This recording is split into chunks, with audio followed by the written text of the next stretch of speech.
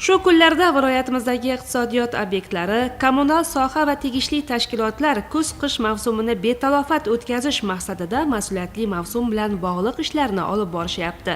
Ma'lumki, aholini tabiiy va suyultirilgan gaz bilan uzluksiz ta'minlash doimo ustuvor vazifa bo'lib kelgan.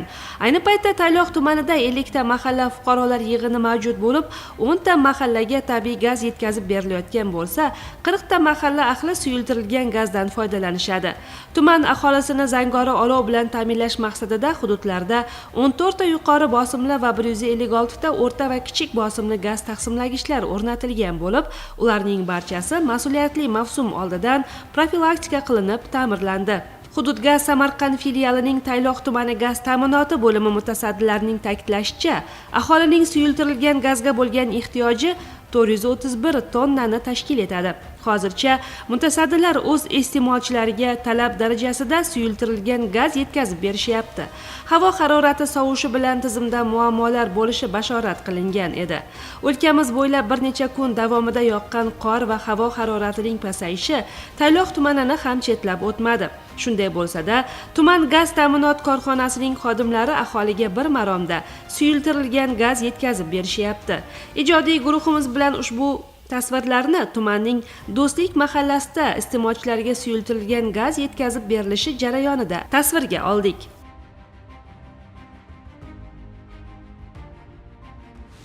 Biz mahallamizda 830 ta xonadon bor.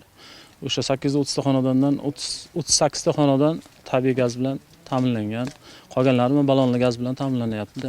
Suyultirilgan gaz bilan foydalanyapti. Grafik asosida gaz xodimlari gaz ballonlar tarqatyapti.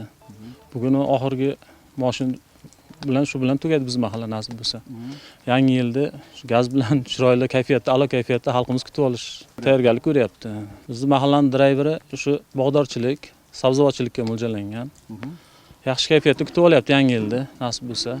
Xalqimiz tinch. Mahalla yettiligi shu xonadon yurib hozir har bir muammosi bormi? Nima muammosi bor mahallada? Kreditkami yo tadbirkorlikkami? Yoshlar yetakchilari ham o'zining yo'nalishi bo'yicha, hokim yordamchisi ham o'zining yo'nalishi bo'yicha xalq bilan murojaatlarni o'rganib yuribdi. Tegishli tartibda o'zini yordamlarini ko'rsatyapti, yo'l yo'rig'ini. Tayloq tumanimizda 50 ta mahalla fuqarolar yig'ini bor. 50 ta mahalladan 40 ta mahalla fuqarolar yig'iniga suyultirilgan gazga moslashtirilgan. Shunda 32367 ta iste'molchimiz bor. O'sha iste'molchilarga hozir kuz-qish mavsumida suyultirilgan gaz yetkazib beryapmiz. Hozir o'sha iste'molchilarga o'sha ID kartalar joriy qilingan, ID karta berilgan. Hozir mana raqamlashtirish tizimiga o'tayotgani sababli FISAID orqali tarqatilyapti. Bunda FISAID tizimi orqali har bitta iste'molchini pasport ish raqamini kiritib, o'sha iste'molchini karta raqamini o'tkazib, FISAIDni o'tkazib beryapmiz. Bizda hozir Do'stlik mahallasiga tarqatyapmiz. Gazni hozir biz tumanimizga 1 oylik fondimiz 337 tonna, kunlik fondimiz 17,5 tonna gaz olamiz.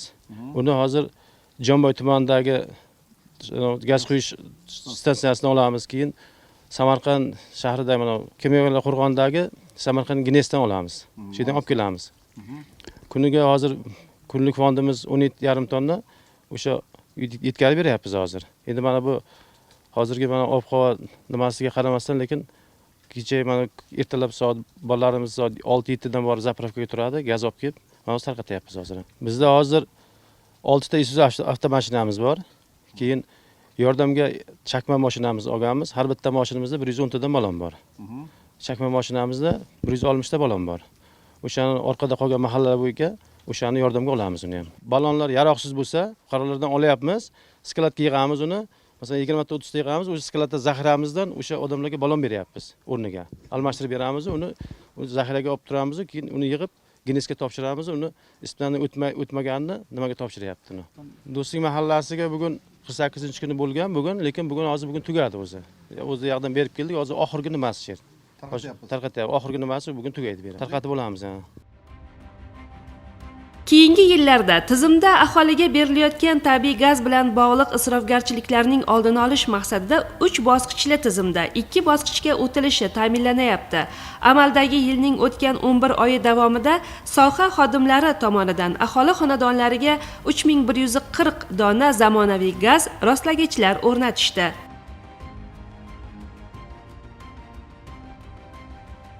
Tayloq tumanida bugungi kunda 11.030 ta xonadon tabiiy gazga moslashtirilgan, 33 mingta xonadon suyultirilgan gazga moslashtirilgan. Undan 1264 tasi ko'p qavatli uylar bo'lib, shundan hozirgi kunda tabiiy gaz bo'yicha muammolarimiz yo'q. Bugungi kunda tabiiy gaz bosimlari hammasi joyida.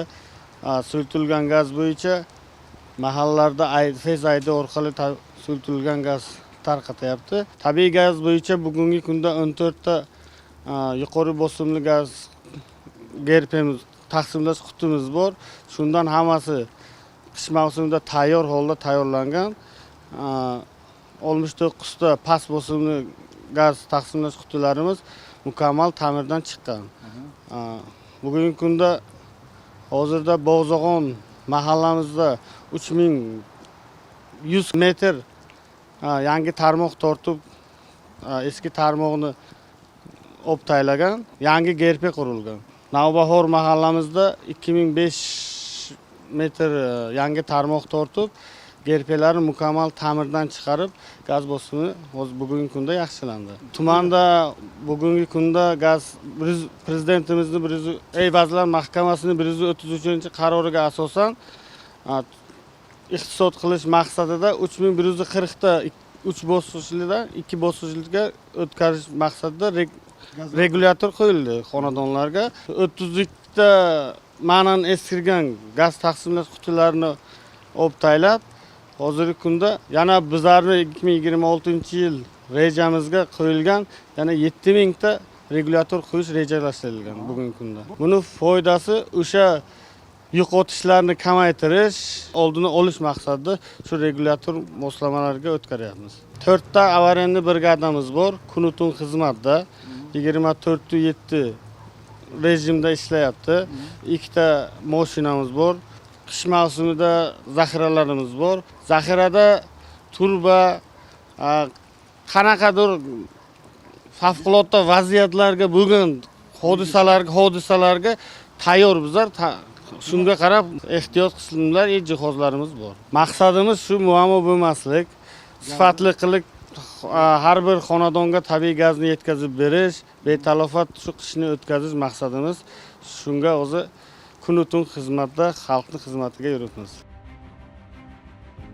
Har yili kuz-qish mavsumida tuman gaz ta'minot korxonasi xodimlari tegishli tashkilotlar bilan hamkorlikda tabiiy va suyultirilgan gazdan xavfsizlik qoidalariga muvofiq foydalanish, yong'in va is gazidan himoyalanish bo'yicha korxona, tashkilot, muassasa va aholi xonadonlarida profilaktika va targ'ibot ishlari olib borishadi.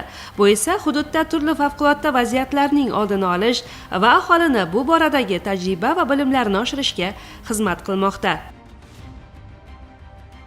Qish mavsumlari mana kirib kelmoqda. Havo sovuq, keskin sovish oqibatida mana aholini hozir tabiiy gazdan foydalanish qoidalari bo'yicha biz xonadonlarga hozir xavfsizlik qoidalarini tushuntirib, muntazam ravishda eslatmalar tarqatib keldik. Shu vaqtgacha hozir har bitta tumanimizni tabiiy gaz bilan ta'minlangan xonadonlarda biriktirilgan xodimlarimiz mavjud. Kirganda ushbu xonadonlarda iste'molchilarimizdan so'rab qolardikki, tabiiy gaz bilan ta'minlangan xonadonda gaz plitasida yonib turgan holatda isitish uchun uni muntazam ravishda yoqib qo'yish oqibatida undan is gazi ajralib chiqib, isitish maqsadida foydalanmasliklarini so'rardik. Keyin o'sha gaz bilan foydalanadigan, istiqomat qiladigan xonadonning ichida o'sha isitish pechlarini o'rnatilgan jihozlariga asosan e'tibor berib, ichkarida havo o'sha bo'lishi kerak. Albatta, ma'lum miqdorda gaz yonish uchun havo albatta zarur. Keyin o'sha dudburonlarni tortish nimalari albatta yana bir marta nazoratdan o'tkazish haqida biz albatta kirib muntazam ravishda aholini o'sha ogohlantirib tortish nimalariga qaraymiz. Favqulodda vaziyatlar bilan hamkorlikda ishlaymiz. O'sha dudburonni chiqish qismini berkitib qo'yish, bu o'sha havo tortish moslamasini yopib qo'yish oqibatida ichkari xonada is gazi paydo bo'lib, o'sha insonlarni zaharlash holatiga kelishi haqida tushuncha olib boramiz aholiga. So'rab qolardik aholidan o'sha mana shu qish mavsumida endi hamma isinish uchun har xil moslamalardan foydalanadi. O'sha gaz ballonlarni ham xonadonni ichiga saqlash qat'iyan man etiladi, chunki ular tashqarida o'sha himoyalangan quti shkaflar orqali mo'ljallangan gaz quvur orqali gaz plitaga ulangan bo'lishi kerak. Ichkarida saqlash qat'iyan man etiladi. Keyin aholidan biz o'sha xavfsiz foydalanish bo'yicha eslatmalar beramiz aholiga. O'sha xonadonga kirganimizda birinchi o'chirish o'sha gaz havo aralashmasi chaqnashda sodir bo'lishi mumkin har xil yong'inlarni o'chirish vositalari, birlamchi o'chirish moslamalarini bo'lishligi, keyin o'sha yonuvchi pechlarni yonida qandaydir masofada yonuvchi jismlarni qo'ymaslik kerak. Gaz plitalarini ustiga kiyim quritish uchun foydalanish ham bu ham o'sha yong'in chiqish holatlarini sabab bo'ladigan holatlardan bittasi.